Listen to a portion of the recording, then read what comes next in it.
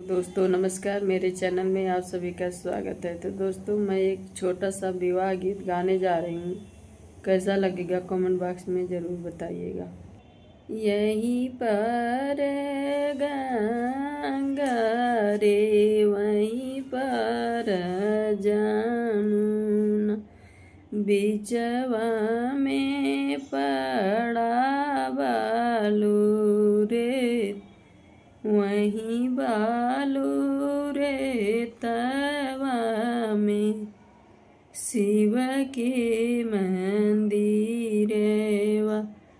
शिव के पूजन सीता जाय, पूजनी पाजी सीता घर के लवटल,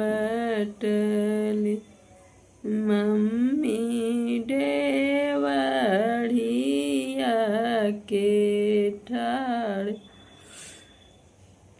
कमन मांगना तू ही मांगू मोरी बेटी, दे तू ना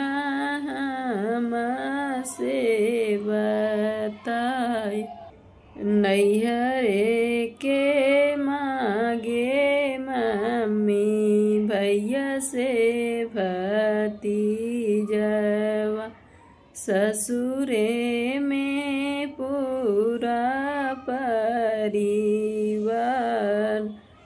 अपना के मांगे मम्मी मागी के सिंदूरवा, रामा